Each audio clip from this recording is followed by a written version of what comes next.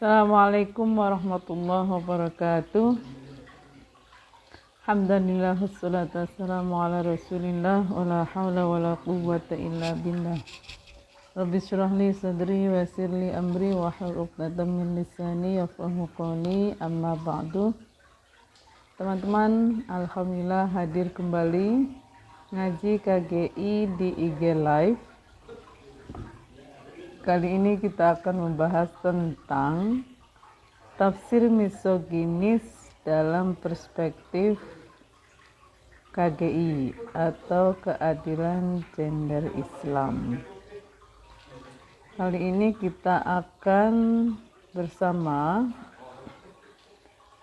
tafsir Al-Quran.id yang akan diwakili oleh Mbak Nur Istiqlali, tim media tafsir Al-Quran.id. Kita tunggu dulu.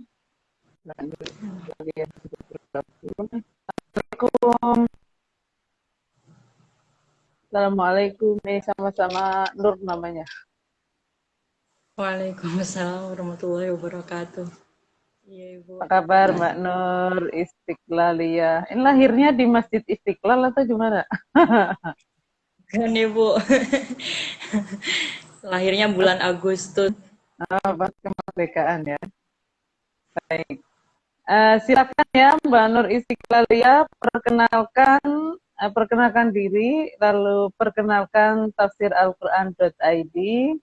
Juga kenapa memilih tafsir misoginis atau mengajukan tafsir misoginis dalam perspektif keadilan gender Islam sebagai topik untuk IG. Silakan Mbak Nur Istiqlal ya. Ya, terima kasih Ibu. Sebelumnya apa sinyalnya nggak putus-putus Ibu ya? Sinyal untuk Saya sih sinyalnya aman ya? dengar aman, walaupun tadi agak muter-muter tapi suaranya jelas. Silakan. Ya, bismillahirrahmanirrahim. Assalamualaikum warahmatullahi wabarakatuh. Selamat Assalamualaikum malam warahmatullahi teman-teman. wabarakatuh. Ya, teman-teman ngaji KGI dan juga para peminat tafsir Al-Quran.id. Sebelumnya saya ingin mengucapkan terima kasih pada tim ngaji KGI yang sudah approve kami tafsir Al-Quran.id untuk collab bareng bersama Ibu Dr. Nur Rofiah. Ini suatu kehormatan bagi tafsir Al-Quran.id. Sebelumnya saya akan memperkenalkan diri. Nama saya Nur Istiqlaliyah, panggilnya Lia Ibu. Oh iya. Kemudian, ya, Lia. Jadi tafsir Al-Quran.id ini merupakan wadah bagi peneliti dan penikmat dan juga peminat bidang tafsir Al-Quran, dan tujuannya itu agar kajian tafsir Al-Quran itu selalu berkembang, dinamis, dan terus mengikuti zaman seperti itu Ibu. Jadi website kami ini juga terdapat beberapa rubrik, yaitu tafsir tematik, tahlili, kemudian ulumul Quran, juga ada rubrik konsultasi, dan juga di sini ada Al-Quran dan terjemahannya dalam dua bahasa, dalam bahasa Inggris dan juga bahasa Indonesia. Seperti itu Ibu. Jadi tafsir Al-Quran.id ini insya Allah bulan ini akan memasuki tahun kedua Ibu, insya Allah. Jadi mohon doanya. Nah, juga teman-teman yang ingin menuliskan rubrik sebagaimana yang disebutkan saya tadi, silahkan langsung klik link di bio untuk mengirim tulisan-tulisannya. Seperti itu Ibu. Ya. Jadi langsung saja. Jadi dalam pembahasan ini kami mengambil judul Tafsir Misoginis Perspektif KGI, yang mana term misoginis ini selalu dikaitkan dengan keadilan gender dan lagi dilimpahkan kepada perempuan, seperti itu Ibu. Jadi kita malam ini ingin sekali membahas, mungkin bisa dijelaskan terlebih dahulu misoginisnya itu seperti apa, kemudian faktor faktor apa yang melahirkan tafsir misoginis ini, Bu? Khususnya perspektif kajian gender Islam seperti itu. Ya, memang suaranya agak putus-putus ya. Boleh kan dapat feedbacknya teman-teman? Apakah suara saya jelas? Saya ingin memastikan aja apakah. Jadi gambar Mbak Lia di saya itu kayak ada yang muter-muter gitu. Mudah-mudahan sih lancar ya. Bolehkah saya dapat feedbacknya teman-teman? Suara saya apakah lancar? Baik, sambil menunggu respon dari teman-teman, terima kasih Mbak Lia dari tafsiralquran.id atas pengantarnya. Ini memang tema yang cukup menggelisahkan ya bagi kita semua. Oh betul, suara Mbak Lia yang hilang. Jadi pertanyaan besarnya adalah kalau Al-Quran itu adalah firman dari Zat yang Maha Adil, termasuk adil bagi perempuan tentunya, maka pertanyaannya adalah mengapa tafsir Al-Quran itu sering dijumpai, dirasakan oleh perempuan itu tidak adil. Mengapa firman Allah sebagai Zat yang Maha Adil kok tafsir atasnya seringkali tidak adil, gitu ya. Nah, tafsir misoginis tidak hanya tidak adil, tapi bahkan mengandung misoginisme. Jadi misoginisme itu adalah cara pandang yang mengandung kebencian pada perempuan. Pernah nggak lihat orang takut kucing? Mbak Lia pernah lihat orang takut kucing? Atau diri sendirinya takut? Kalau takut kucing, itu bawaannya kan benci pada kucing itu. Kucing mendekat, ingin disayang itu selucu apapun kalau nggak suka kucing ya enggak, gitu. Enggak aja. Atau kita pada anjing ya. Kita pada anjing itu juga karena sejak kecil dididik bahwa anjing itu najis, bahwa anjing itu ya akhirnya kita walaupun misalnya besarnya menyadari punya cara pandang berbeda ya bahwa anjing itu sama-sama makhluk Allah, kalaupun najis ya tidak berarti bahwa kita boleh melempar dan lain sebagainya. Tetap aja ada anjing selucu apapun mendekat pada kita, kita ingin menghindar gitu. Itu cara pandang kebencian itu seperti ini. Nah, pada perempuan itu juga bisa terjadi. Bahkan selama berabad-abad lamanya, perempuan itu kan perbedaan mendasarnya dengan laki-laki itu, tubuhnya itu kan sering berdarah gitu. Satu menstruasi ya, rutin berdarah, terus dan itu berdarahnya itu keluar dari vagina gitu. Bukan darah sembarang darah, tapi darah yang gumpalan. Dan tidak hanya darah terus kitanya baik-baik saja, bahkan pendarahan itu seringkali membuat perempuan merasa kesakitan gitu. Jadi pendarahan disertai dengan rasa sakit. Itu baru menstruasi ya. Lalu melahirkan. Bayangkan melahirkan itu kan keluar bayi dari vagina dan tentu saja perempuan merasakan sakit ya. Lalu nifas, pendarahan lagi. Nifas bahkan gumpalannya lebih besar. Mungkin istihadah, karena kista, minum, kanker lah, tumor lah di sistem reproduksinya, sehingga berdarah terus gitu perempuan itu. Bandingkan dengan laki-laki yang tubuhnya hanya memproduksi sperma. Sperma itu paling seberapa sih? Dan dampaknya pun kan nikmat kalau sperma. Sementara darah itu identik dengan sesuatu yang tidak hanya dianggap menjijikkan ya, bau amis, tapi juga identik dengan sesuatu yang berbahaya. Misalnya sakit parah ya, batuk berdarah, oh berarti ini batuknya yang berbahaya. Muntah, lalu berdarah entah kakinya, telinganya, hidungnya, lalu ada pembunuhan berdarah, lalu peperangan, darah tercecer di mana-mana. karenanya perempuan itu pengalaman reproduksinya dijadikan alasan untuk melihat perempuan itu menjijikkan. Gitu.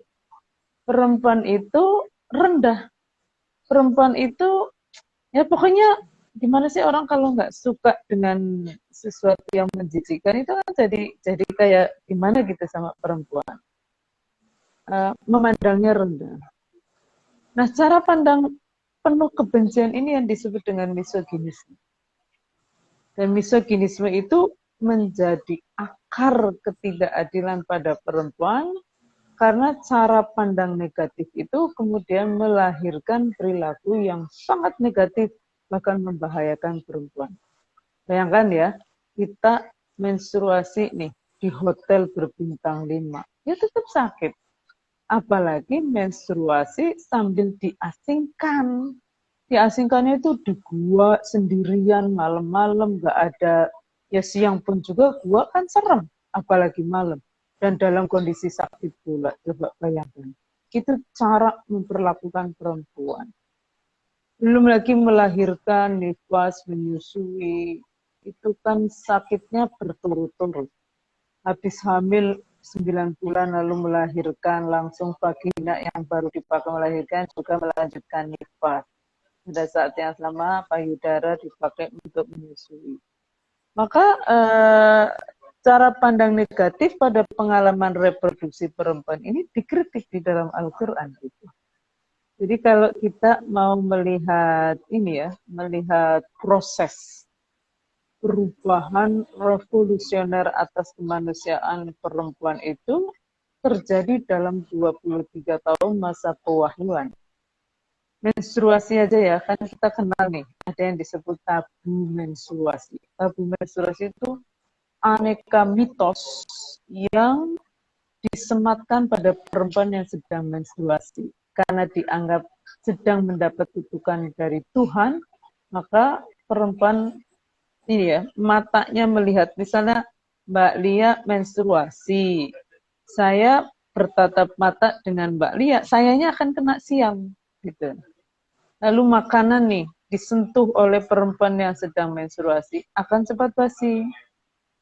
Tanah diinjak oleh perempuan yang sedang menstruasi tanpa alas, ini nanti jadi sejarah skandal. Itu katanya ada hubungannya dengan tabu menstruasi ini. Dan seterusnya negatif semua. Pokoknya kalau terjadi apa-apa yang digerakan. Nah, gitu. Karenanya cara pandang yang negatif terhadap perempuan ini kan disebut dengan stigmatisasi ya. Dia menjadi bagian dari atau salah satu dari bentuk ketidakadilan gender pada perempuan hanya karena menjadi perempuan. Oke. Nah, itu berlangsung berabad-abad lamanya. Dampak cara pandang seperti ini satu ya, kita lihat di masa turunnya Al-Quran. Bayi perempuan dikuburkan hidup-hidup karena dianggap sebagai tidak bernilai. Ini cara pandang kebencian banget ini. Yang kedua, perempuan dimadu dalam jumlah tak terbatas dan tanpa syarat adil. Jadi perempuan ya dianggap sebagai alat seksual aja gitu, mesin reproduksi. Terus juga perempuan dihadiahkan, dijadikan jaminan hutang, kemudian diwariskan, dijual. Itu terjadi tidak hanya di Jazirah Arabia, tapi di berbagai belahan dunia. Singkat kata, cara pandang yang penuh kebencian pada perempuan itu lalu melahirkan relasi gender di mana perempuan itu dianggap sebagai bukan manusia, dia adalah objek, di mana subjeknya adalah laki-laki saja. Ini yang disebut patriarki garis keras. Laki-laki manusia, laki-laki subjek tunggal, dan perempuan bukan manusia, perempuan adalah objek. Jadi mari kita lihat dulu ya, karena nanti tafsir misoginisme itu bisa jadi karena cara pandang terhadap ayat Al-Quran yang didudukkan secara sama gitu. Sementara kita tahu bahwa Al-Quran itu sedang berproses, mendampingi manusia untuk berproses memanusiakan manusia termasuk manusia berjenis kelamin perempuan. Makanya di dalam Al-Quran juga ada ayat yang menggambarkan cara pandang masyarakat Arab waktu itu, di mana perempuan adalah objek. Misalnya apa? Ini yang sering banget saya kemukakan adalah ayat tentang bidadari surga. Biar yang sudah dengar tidak perlu dijelaskan secara panjang lebar ya. Karena gambaran tentang surga yang isinya bidadari itu sebetulnya sedang merefleksikan kesadaran masyarakat Arab tentang atau imajinasi masyarakat Arab waktu itu bahwa kebahagiaan tertinggi itu adalah hidup dikelilingi oleh bidadari-bidadari itu. Oke, lalu bergerak nih Al-Quran menggerakkan kesadaran manusia dari semula perempuan itu objek, laki-laki subjek, menuju dua-duanya subjek penuh. Manusia seutuhnya, dua-duanya subjek penuh. Subjek penuh yang setara, sama-sama subjek, itu artinya adalah laki-laki dan perempuan sama-sama punya status melekat sebagai hanya hamba Allah, sehingga tidak boleh menghamba pada yang lain dan tidak boleh juga diperhamba oleh sesama hamba. Yang kedua adalah punya amanah melekat sebagai khalifah fil ardh yang tugasnya menunjukkan kemaslahatan seluas-luasnya. Maka cita-cita tertinggi Islam atas kemanusiaan laki-laki dan perempuan adalah dua-duanya subjek penuh. Sehingga ini arti dari setara itu adalah laki-laki dan perempuan sama-sama wajib mewujudkan kemaslahatan sekaligus dan mencegah kemungkaran sekaligus dilindungi dari di mana saja di dalam rumah maupun di luar rumah. Ini arti dari subjek penuh. Nah, dari titik nol perempuan bukan manusia menuju titik tertinggi perempuan itu sama dengan laki-laki manusia seutuhnya, itu kadang ditempuh antara itu. Nah, target antara itu adalah ayat yang mencerminkan titik kompromi antara realitas kehidupan yang masih zalim, meletakkan perempuan sebagai benda, antara titik itu ya, dengan titik yang menjadi cita-cita tertinggi tadi itu.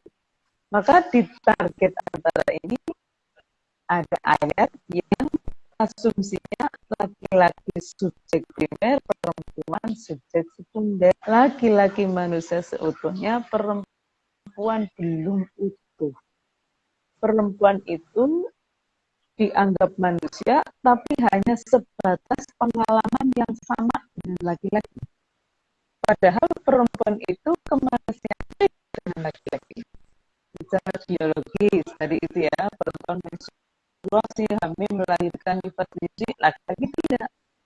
Maka dalam target antara ini ada jawaban bahwa perempuan itu sepersekian dari laki-laki. Ada ayat poligami, ada ayat waris anak perempuan, ada ayat kesaktian dalam hitam piutang yang itu menunjukkan perempuan itu sepersekian dari laki-laki. Itu adalah target antara.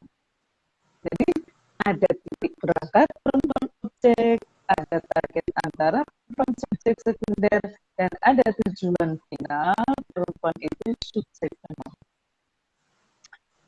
Dalam Al-Qur'annya sendiri merekam proses panjang itu. Semuanya ada itu. Bilang perempuan itu objek, ada ayatnya. Karena ini direkam juga cara pandang masyarakat Arab waktu itu. Mau bilang perempuan itu lebih rendah dari laki-laki, ada juga. Nah, ada target antara waktu itu. Tapi mau mengatakan perempuan itu setara penuh manusia seutuhnya, ya ada, bahkan lebih banyak. Problemnya adalah bukan pada Al-Quran. Al-Quran itu sudah menyediakan, memberi petunjuk cara proses itu.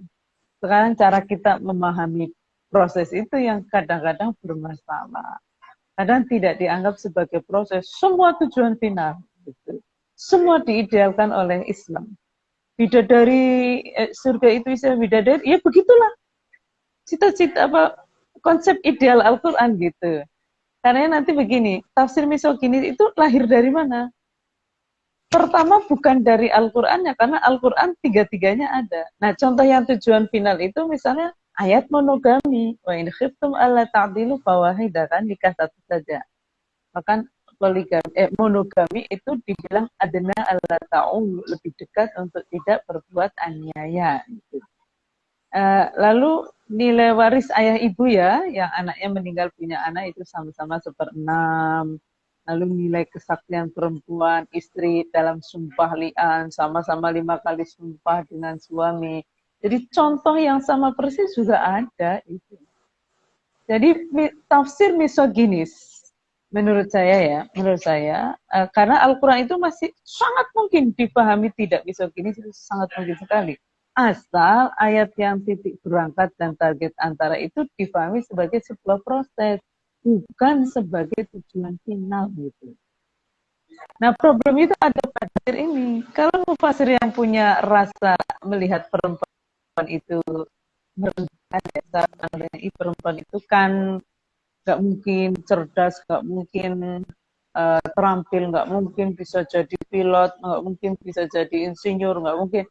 Itu kan sampai hari ini mungkin di tempat lain memang belum ada perempuan yang begitu karena dihalangi. Ya gimana mau jadi insinyur, sekolah aja ditembakin misalnya gitu. Kayak malah itu kan. Bagaimana mau jadi jadi dokter, mau lagi belajar masih anak-anak dikawinin, habis kawin hamil melahirkan di pas menyusui. Jadi bukan perempuannya tapi sikap masyarakatnya atas perempuan yang mengecualikan perempuan dari hifdzul akli. Hifdzul akli itu maqasid syariah. Kalau pendidikan itu bisa mencerdaskan akal, ya mestinya perempuan juga didorong untuk sekolah karena hifdzul akli di sini adalah akalnya laki-laki dan perempuan gitu. Kalau kemudian perempuan dikecualikan, itu namanya marginalisasi. Jadi cara pandang, menurut saya tafsir misoginis itu muncul dari pertama kali adalah cara pandang mufasir terhadap perempuan. Apakah masih melihat sebagai objek? Kalau misalnya tokoh agama masih melihat perempuan sebagai objek, ya wacana agamanya ya bidadari aja, nggak selesai itu, kayak yang nggak ada ayat lainnya. Nah, kalau lihat perempuan itu sudah yang manusia tapi lebih rendah dari laki-laki, ya akan ke target antara terus karena cocok gitu. Nah, barulah pada tokoh agama yang meyakini bahwa perempuan itu adalah manusia seutuhnya, laki-laki dan perempuan itu sama-sama subjek primer, maka dia bisa melihat ayat tujuan final ini. Bahkan meyakini bahwa ayat tujuan final itu adalah redaksi dari Islam. Gitu. Nah, lalu bagaimana tafsir misoginis itu muncul? Dia terpaku pada ayat target antara, bahkan ayat titik berangkat karena sesuai arah pandangnya terhadap perempuan. Inilah yang kemudian menyebabkan lahirnya tafsir misoginis. Kalau saya tidak menggunakan istilah ayat misoginis, nggak ada, karena ayat itu dari yang Maha Adil, pasti dia menggunakan atau memaksudkan firman-Nya untuk keadilan, termasuk keadilan pada perempuan. Tapi manusia yang memahami Al-Quran itu tidak satupun maha adil, tidak pun maha benar, dan tidak satupun maha tahu. Makanya sangat mungkin tafsir itu tidak benar, dan salah satu ciri dari tafsir yang tidak benar menurut saya adalah dia mengandung misoginisme. Itu kira-kira Mbak Lia ya. Bagaimana sebuah tafsir misoginis itu bisa lahir dan bagaimana kita mendeteksinya. Mendeteksinya itu gampang sekali. Pokoknya gini, kemanusiaan penuh perempuan itu ditandai dengan penerimaan atas pengalaman biologis khas perempuan sebagai bagian dari pengalaman kemanusiaan perempuan. pengalaman kemanusiaan sehingga menjadi tanggung jawab bersama untuk berlangsung secara tidak makin sakit bahkan makin nyaman. Apa itu pengalaman biologis perempuan, menstruasi, hamil, melahirkan, nifas, dan menyusui? Yang kedua, dari ciri dari tafsir yang tidak misoginis, yang adil, tidak membuat pengalaman biologis perempuan makin sakit. Gimana dong masa pengalaman bikin sakit yang tidak adil, tidak maslahat. Yang kedua adalah pengalaman sosial perempuan, yaitu rentan mengalami stigmatisasi, marginalisasi, subordinasi, kekerasan, dan double burden. Hanya karena menjadi perempuan. Saya sih itu nggak adil. Sehingga sesuatu disebut adil kalau tidak mengandung atau berdampak ketidakadilan apapun, termasuk ketidakadilan pada perempuan. Yang 5 tadi. Maka ciri dari tafsir misoginis adalah tafsir itu entah dia menyebabkan pengalaman perempuan secara biologis makin sakit, atau yang kedua, mengandung salah satu atau lebih kerentanan perempuan berlakukan tidak adil hanya karena menjadi perempuan. Maka di situ telah ada bibit-bibit misoginis. Gitu kira-kira Mbak Lia. Silakan kalau ada yang mau ditanyakan. Iya Ibu, ini menarik sekali untuk tafsir misoginis. Nah, sebagaimana yang disampaikan tadi bahwa misoginisnya itu sendiri kan merupakan sebuah bentuk kebencian gitu, udah nggak mau lihat gitu, dan yang mana kebanyakan ini yang terjadi pada perempuan. Nah, kalau misal ada seorang laki-laki yang terdeteksi dia itu misoginis gitu ya, Bu. Itu kalau dia menikah itu nanti bukannya akan menyebabkan KDRT atau seperti apa itu, Ibu? Ya, pasti. Yang bisa punya misoginisme itu tidak hanya laki-laki. Perempuan juga bisa terjangkit misoginisme. Entah pada dirinya, memandang dirinya hanya objek, sehingga pantas untuk menerima KDRT, itu bisa terjadi, jangan salah. Dan menormalkan dirinya, bahkan dan seterusnya ya. Itu juga ini. Jadi memandang diri rendah sebagai perempuan itu juga misoginis. Lalu hidupnya hanya untuk kebahagiaan laki-laki, menarik laki-laki secara seksual, ya itu misoginisme juga. Bisa nggak membayangkan, mungkin agak mudah membayangkan gini ya, kalau dalam relasi kulit putih dan kulit hitam, itu kan ada rasisme itu, apartheid itu. Jadi apartheid itu cara pandang kepada kulit hitam sebagai rendah. Nah, orang putih itu bisa benci pada kulit hitam yang sampai benci banget. Ya itu yang terjadi pada misoginisme ya begitu itu. Kalau laki-laki punya misoginisme tinggi, ya kemungkinan besar dia akan melakukan. Jadi meletakkan istrinya hanya sebagai objek. Pertanyaan kan begini, apakah orang yang semakin benci pada kucing itu akan semakin baik atau semakin buruk? Cenderungnya pasti semakin buruk. Semakin tidak peduli kucingnya lapar, kucingnya ngeong, kucingnya mati, bahkan dia tidak peduli. Yang penting kucing itu menyenangkan kita. Kita jadi senangnya ya senang karena kita merasa senang gitu, bukan senang kepada kucingnya. Gitu. Nah itu berbahaya sekali. Berbahaya sekali cara pandang misoginisme di dalam perkawinan. Makanya Al-Quran juga, ini memang menarik sekali ya. Saya kadang-kadang kok seperti mendapatkan makna baru ya. Jadi ketika Al-Quran melarang menjadikan perempuan sebagai warisan ya, itu bunyinya ya ayyuhalladzina amanu la yahilakum an tarisun nisa akarha. Jadi nggak boleh menjadikan perempuan sebagai warisan. Nah, lalu di bawahnya itu menegaskan tentang keharusan berbuat, bersikap, bergaul secara bermartabat.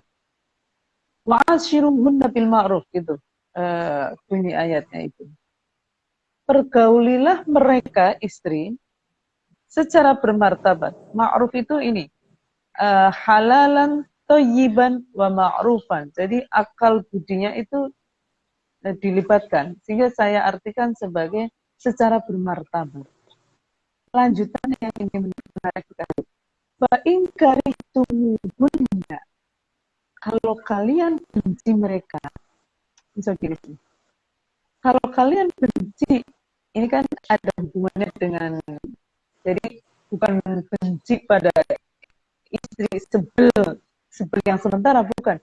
Fa'in karihtumuhunna itu kalau kita lihat ini ya, fiilnya kan fiil madhi, berarti dia menunjukkan bahwa bencinya itu sudah lama gitu.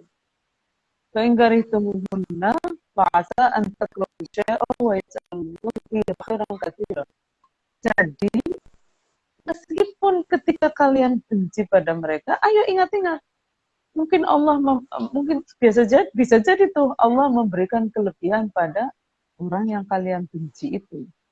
Jadi misoginisme itu mungkin ya, kalau kita melihat ayat ini kan ayat kira-kira mau mengatakan begini, meskipun kalian benci pada istri, berhubungan dengan teori misoginisme, kalian tetap harus bergaul secara bermartabat. Bisa saja istri pada suami juga sama. Nah, yang kedua nih, yang juga bisa dihubungkan dengan misoginisme itu adalah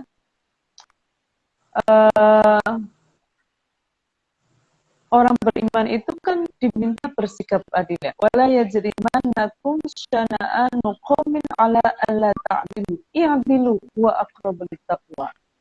Jadi di ayat lain Allah mengatakan bahwa yang paling mulia manusia itu adalah yang paling bertakwa.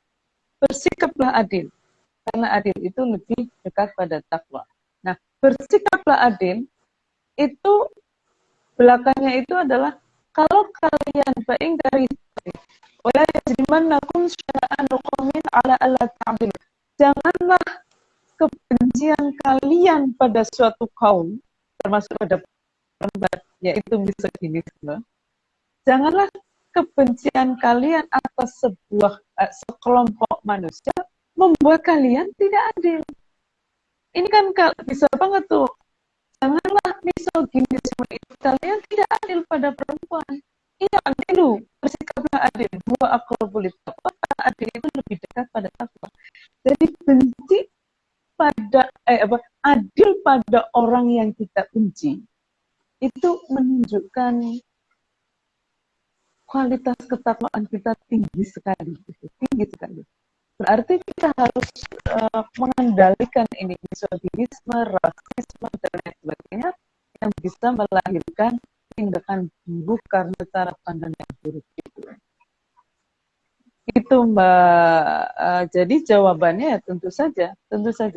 Karenanya kalau meniru pada Al-Quran seperti tadi ya, misoginisme ini diatasi dengan cara bagaimana? Ayo ubah cara pandang yang negatif menjadi positif.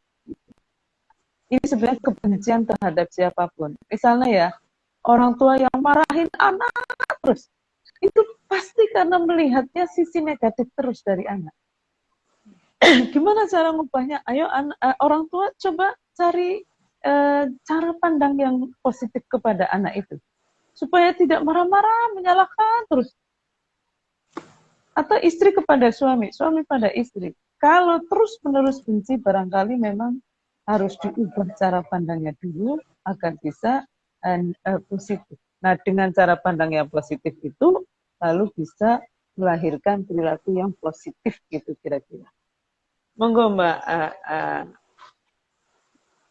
Iya Ibu. Ini saya ingin membacakan beberapa pertanyaan dari teman-teman yang ikut bergabung live kita malam ini. Ini ada Mbak Halia Milati. Ini salah satu redaktur tafsir Al-Quran.id, Ibu. Assalamualaikum, Ibu Rofiah hendak bertanya, mengapa dalam soal perceraian laki-laki memiliki wewenang lebih dari perempuan, sehingga dalam Al-Quran disebut walirijali alaihinna darajat? Darajah. Itu ayat yang perlu kita ingat ya. Sebentar, saya tadi agak ketinggalan satu. Jadi spirit kemanusiaan penuh perempuan itu di dalam Al-Quran ya, hanya bisa dilihat dengan jelas. Kalau Al-Quran satu dilihat sebagai sebuah sistem. Sistem itu artinya setiap ayat itu terkait erat dengan ayat yang lainnya. Misalnya ayat wal mutallaqat basna bi anfusihinna thalathata quru. Ini kan ayat yang dimaksud. Itu mesti dihubungkan karena ini perasaan, berarti harus dihubungkan dong dengan konsep perkawinan. Misalnya gitu. Karena dia menjadi terjalin berkelindan sebagai sebuah sistem. Nah, melihat Al-Quran sebagai sebuah sistem, nanti kita akan menemukan 3 jenis ayat. Satu ayat tentang misi. Misi itu adalah ayat tentang situasi yang dicita-citakan oleh Islam. Cita-citanya itu mau kemana gitu.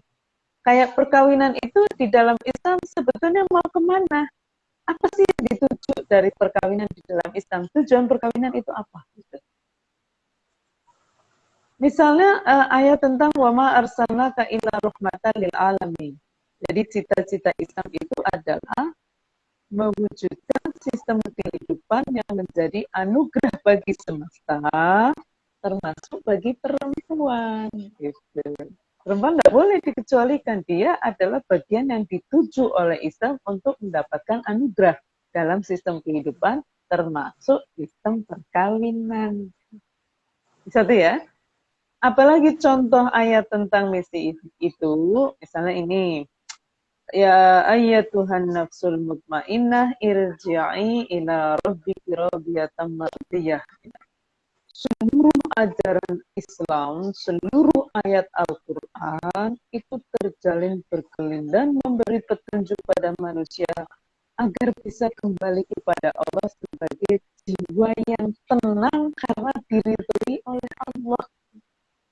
Dan Allah hanya meridhoi jiwa kita dan jiwa kita itu akan tenang kalau seumur hidup kita berikhtiar untuk tetap hanya menghamba pada Allah, tidak sambil menghamba pada harta, pada suami, pada siapapun dan apapun selain Allah, dan mewujudkan kemaslahatan seluas-luasnya, maslahat bagi diri sendiri sekaligus pihak lainnya.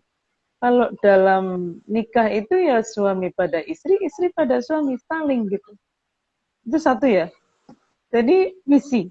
Yang kedua adalah fondasi moral. Nanti saya jawab ke sana, biar saya ke sini dulu supaya terjadi gambaran yang utuhnya dulu. Yang kedua adalah fondasi moral. Islam sebagai sebuah sistem, Al-Quran sebagai sebuah sistem, juga ada fondasi moralnya. Nah, ajaran Al-Quran, ayat Al-Quran yang bicara tentang prinsip atau nilai dasar di dalam Islam, di sana tentang tauhid, tentang takwa, tentang iman, Islam, ihsan, tentang keadilan, kemanusiaan, kemaslahatan, kesejahteraan, keselamatan, keamanan, kesehatan, kasih sayang, ketenangan, dan nilai kebajikan universal lainnya, maka ini adalah ayat tentang fondasi moral. Yang kalau diringkas, itu pinjam istilah hadis, liutammima makarimal akhlak, untuk menyempurnakan akhlak mulia manusia, termasuk akhlak pada perempuan. Dan yang ketiga adalah ayat tentang cara. Jadi petunjuk praktis pragmatis untuk mengubah sistem yang masih dolim, perkawinan yang masih dolim, bergerak nih, kadang-kadang tidak seketika, berproses pelan-pelan, kadang-kadang memang revolusioner, tapi seringnya evolusioner. Termasuk talak nanti ya. Nanti saya akan menjelaskan talak, tapi saya mau kasih contoh dulu. itu mengubah sistem yang masih zalim termasuk perkawinan untuk bergerak menjadi lebih adil, semakin adil, seadil mungkin, seadil-adilnya sesuai dengan kemampuan waktu itu. Misalnya contoh ya, ayat tentang perang, ayat tentang perbudakan, tentang perkawinan, ayat tentang poligami, kesaksian, waris, itu semua ada pada ayat syarat. Sehingga prinsip dasarnya begini, misi dan fondasi moral itu tidak bisa ditawar-menawar, harus diterapkan kapan saja dan di mana saja. Tetapi ayat tentang cara termasuk talak nanti, itu kadang tidak hanya boleh dinegosiasikan dengan pemahaman kontekstual, artinya diterapkan hanya kalau konteksnya masih serupa, kalau sudah berubah ya tidak gitu. Perang, ayat tentang perang, di situasi damai ya jangan diterapkan, kan lagi damai bukan perang. Ayat tentang perbudakan, poligami misalnya ya, poligami itu kalau kita lihat proses panjangnya kan satu laki-laki bisa menikahi perempuan tanpa batas dan tanpa syarat adil, lalu dibatasi maksimal 4 syarat. Ingatkan bahwa adil itu sulit, lalu diperintahkan untuk monogami, dan monogami disebut sebagai perkawinan yang lebih dekat untuk huwa adna alla ta'ulu, lebih sedikit ya. Jadi lebih rendah untuk tidak berbuat anyan. Dzalika adna alla ta'ulu. Ya, dia adalah perkawinan yang lebih selamatlah dari tindakan penganiayaan. Nah, yang kedua tadi, yang pertama adalah sebagai sistem, yang kedua adalah sebagai proses. Sebagai proses tadi sudah saya jelaskan ya, ada titik berangkat, ada target antara, ada tujuan. Mari kita lihat ayat yang tadi ditanyakan. Wal mutallaqatu yatarabbasna bi anfusihinna thalathata quru. Istri yang ditalak itu mesti iddah ya. 3 kali, ada yang mengatakan sucian, ada yang mengatakan masa haid. Wal mutallaqatu yatarabbasna bi anfusihinna thalathata quru wa la yahillu lahunna an yaktumna ma khalaqallahu fi arhamihinna in kunna yu'minna billahi wal yawmil akhir. Jadi mereka, si istri ini yang sedang di masa talak itu tidak boleh menyembunyikan apa yang ada di rahimnya. Ma khalaqallahu fi arhamihinna, mereka beriman in kunna yu'minna billahi wal yawmil akhir. Kenapa istri yang ditalak itu ingin menyembunyikan kehamilannya? Karena hamil bisa disembunyikan itu kan kalau kecil. Nah, kalau kecil ketahuan hamil, iddahnya panjang. Tidak hanya 3 kali sucian, ini perempuan akan nunggu sampai lahir. Kalau hamilnya masih kecil, masih panjang, masih lama banget. Pertanyaannya, kenapa dia ingin iddah lebih cepat? Ini pertanyaannya. Soalnya penting nih untuk memaknai walir rijali alaihinna darajah itu. Wa bu'ulatuhunna ahaqqu biraddihinna fi dzalika in aradu islaha. Suaminya itu lebih berhak, wa bu'ulatuhunna ahaqqu, itu ismu tafdil, lebih berhak untuk menikahinya kembali lebih berhak daripada siapa? Tentu saja daripada laki-laki yang bukan menjadi suaminya. Ini kan lagi talak roj'i ini. Cerai yang bisa rujuk. Cerai pertama atau kedua kan gitu. Nah, jadi ada kalimat begini. Wa bu'ulatuhunna ahaqqu biraddihinna fi dzalika in aradu islaha. Jadi suami dalam masa talak roj'i itu lebih berhak menikahi istrinya, menikahi kembali, rujuk, daripada laki-laki yang bukan suaminya. Makanya kemudian walir rijali alaihinna darajah itu diartikan macam-macam. Tetapi kita harus menyadari nih, Walir rijali alaihinna darajah, apakah laki-laki secara umum atas perempuan secara umum? Oh, ini lagi ngomongin talak. Berarti kan ini suami atas istri, ya kan? Apakah ini dalam masa perkawinan, sepanjang usia perkawinan seperti itu, laki-laki itu punya satu derajat atas istrinya? Apakah ini ayat bicara tentang perkawinan secara umum atau secara khusus? Nyatanya sedang bicara tentang talak, berarti konteksnya adalah talak. Maka sangat mungkin sekali nih.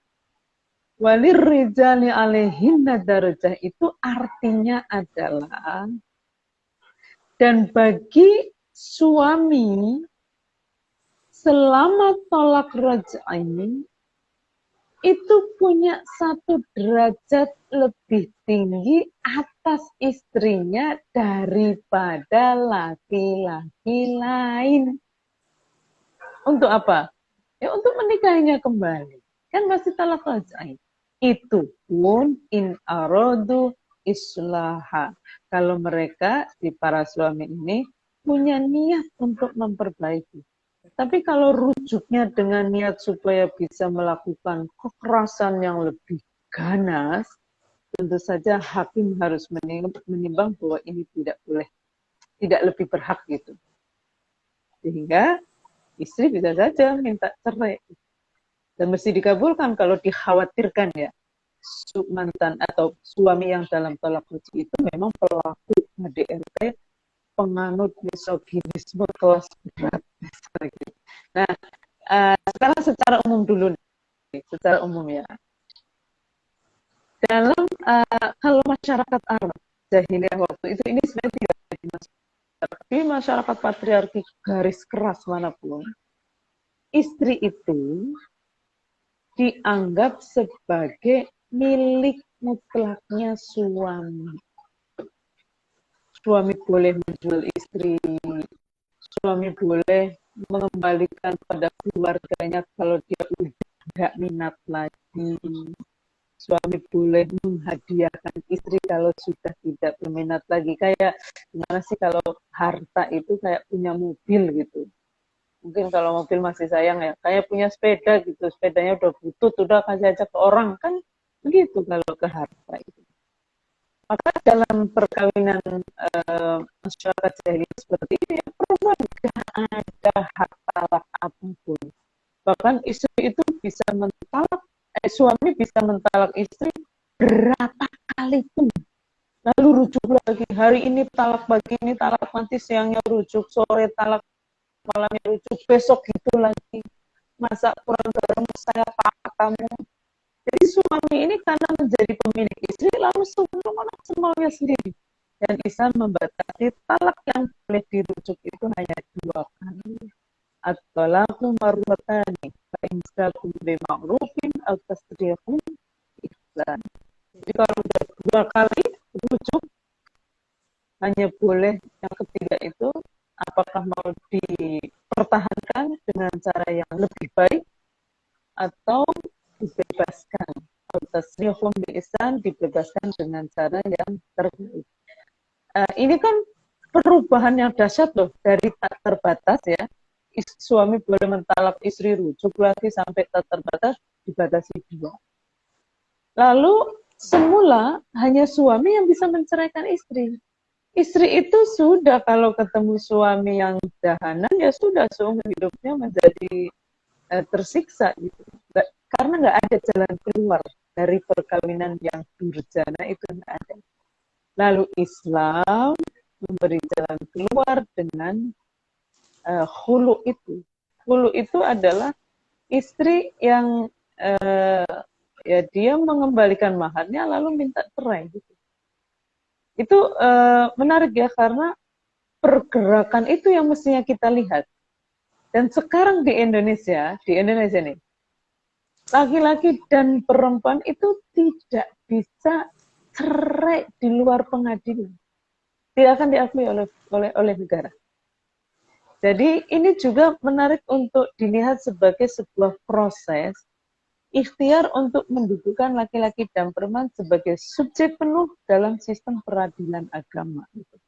Sehingga dua-duanya kalau mau cerai itu harus menempuh prosedur yang sama, yaitu mendaftar, kemudian mediasi, kemudian diputuskan, dinilai oleh hakim apakah kondisinya itu layak untuk dijatuhi cerai atau tidak.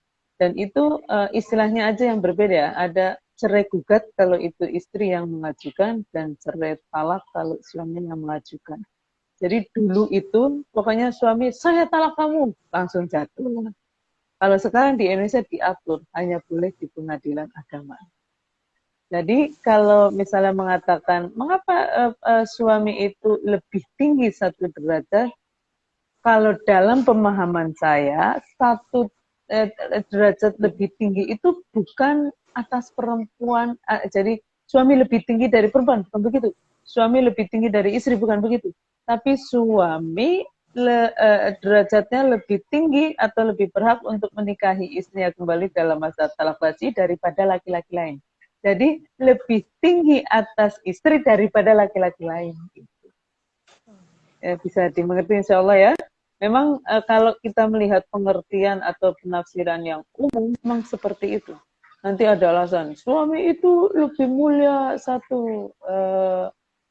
daripada istri karena bisa poligami, bagian waris dan lebih besar gitu. Jadi apa yang sebetulnya menjadi target antara itu kayak yang dijadikan untuk membakukan.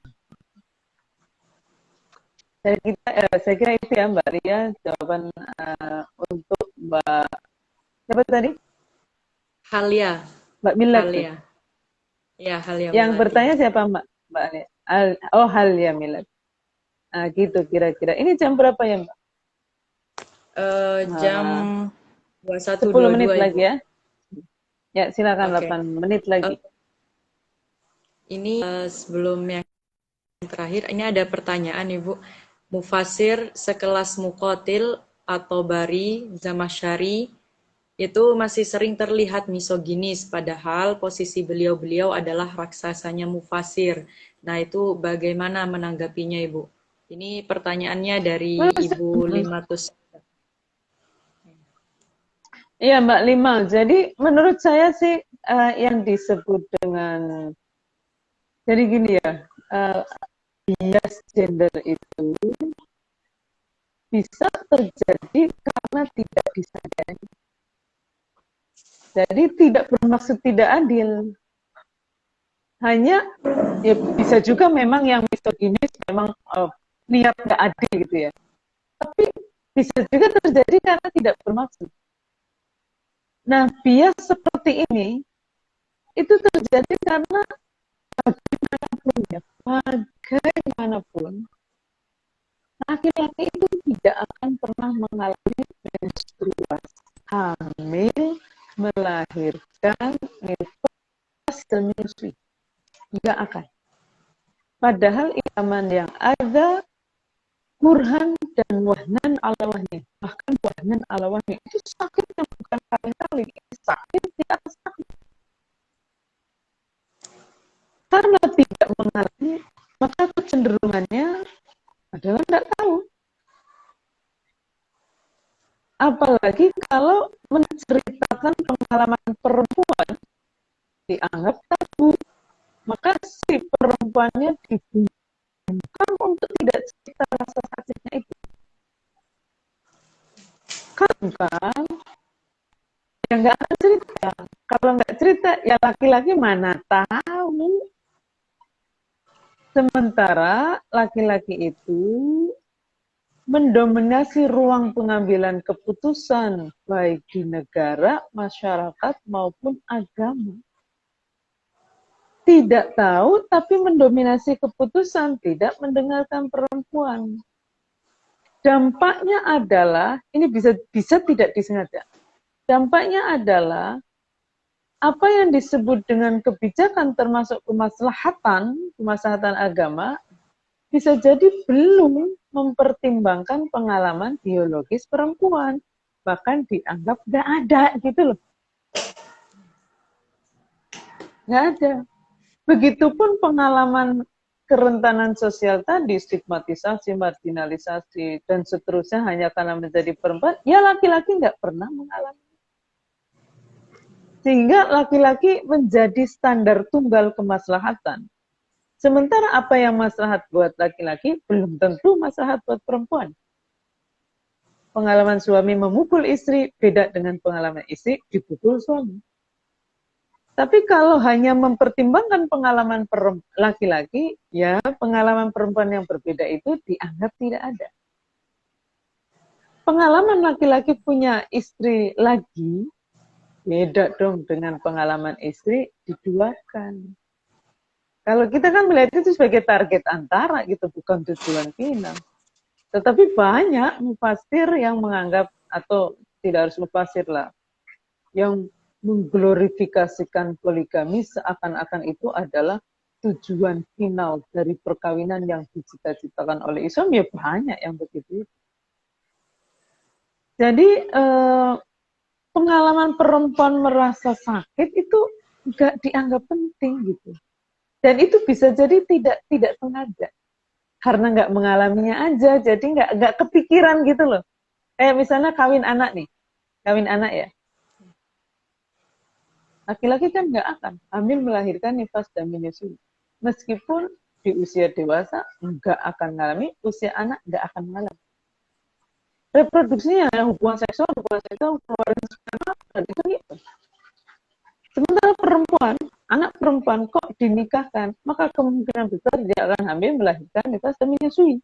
Yang bagi perempuan dewasa saja sudah wahnan ala wahnin. Apalagi buat anak-anak yang sistem reproduksinya belum matang.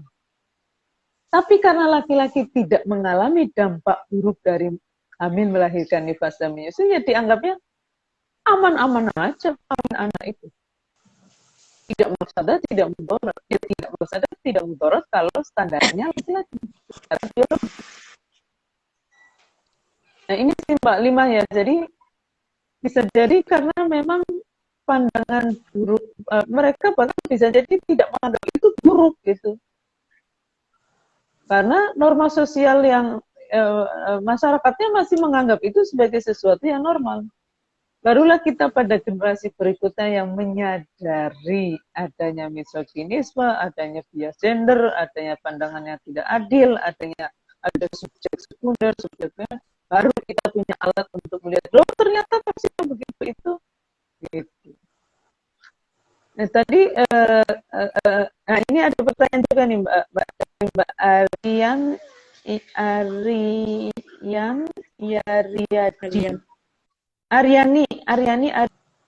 mungkin ya. Lihat nggak Mbak Lia? Yang pertama tadi ya Ibu ya, yang warisan itu. Iya kayaknya. Iya betul. Saya bacain ya. Ketemu nggak? Kalau nggak saya bacain.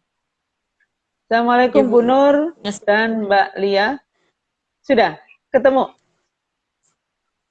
Coba dibaca Mbak Lia. Oke, scroll. Terkait warisan yang tertuang di Al-Quran berarti masih di fase target antara ya, karena perempuan hanya separuh dari jatah pria. Apakah harus diikuti? Nah, di Al-Qurannya sendiri, seperti saya bilang tadi, yang separuh ada, yang sama persis ada. Contoh itu ada gitu. Tinggal bagaimana meresponnya, apakah akan menjadikan separuh sebagai standar, atau yang sama persis sebagai inspirasi, atau gabungan keduanya. Gabungan keduanya itu kira-kira begini. Ini yang menurut saya menjiwai atau mendasari kompilasi hukum Islam tentang waris. Pasalnya kan mengatakan begini, semua ahli waris itu boleh musyawarah untuk mufakat setelah masing-masing tahu bagiannya secara faraid. Nah, mari kita lihat apa arti setara dulu ya, saya ingatkan nih. Setara adalah laki-laki dan perempuan sama-sama wajib mewujudkan kemaslahatan sekaligus menikmatinya dan mencegah kemungkaran sekaligus dilindungi darinya. Kan gitu ya, dua-duanya.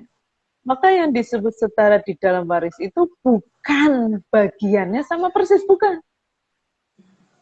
Tapi siapa yang lebih butuh pada waris, dia diberi bagian lebih besar. gitu, karena dia sedang membutuhkan pertolongan secara ekonomi. Ini contoh ekstrim saja ya. Sehingga nanti tinggal lihat kondisinya. Kalau ahli waris laki-laki kaya raya, sementara saudara perempuannya miskin, ya barangkali semua warisan diberikan kepada saudara perempuan. Sehingga laki-laki 0, saudara perempuan 100. Atau si perempuannya itu kaya raya, saudara laki-lakinya miskin. Lalu sepakat itu warisan untuk saudara laki-laki yang miskin ini. Maka perempuan 0, si ini 1 itu, 100 atau 1 itu. Ini yang lalu apakah harus diikuti? Kalau mau ikuti kompilasi hukum Islam, begitu cara melihat faraid ya.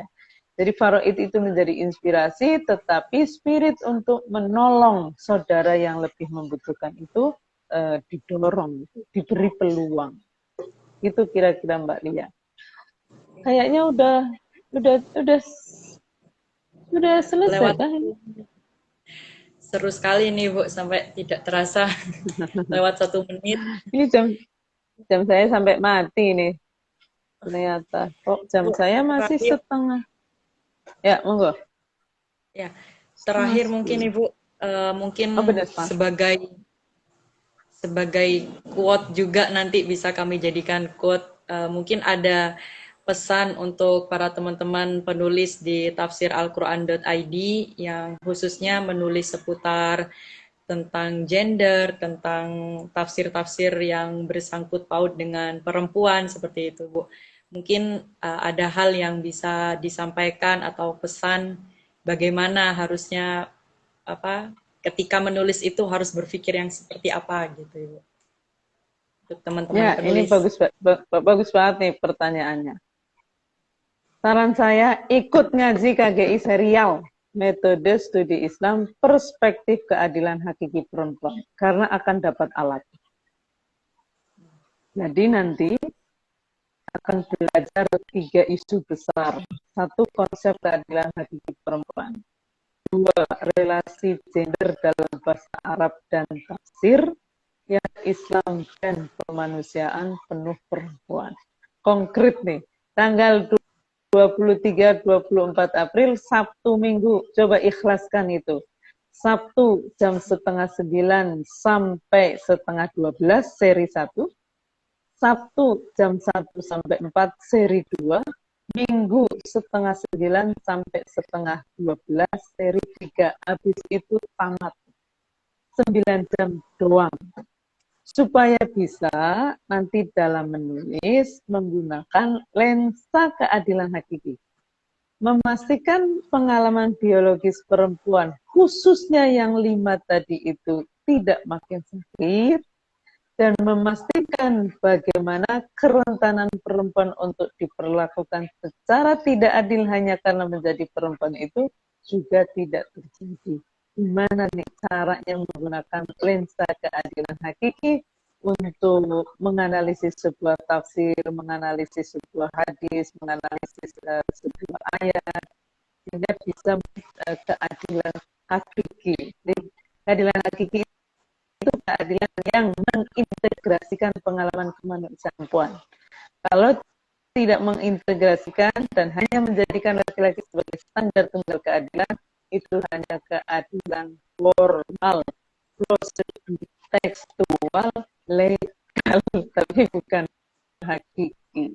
Jadi gitu ya Mbak Lia, ya dong tafsir Al-Quran.id, ikut semua nih stafnya ngaji KGI serial. Mbak Lima nih terakhir, apa mungkin tafsir itu juga proses? Benar, tafsir itu adalah sebuah proses terus-menerus yang itu bisa naik turun. Maka gimana caranya kita bisa membangun tradisi tafsir yang adil kepada perempuan. Itu Mbak Lia, kita tutup dulu.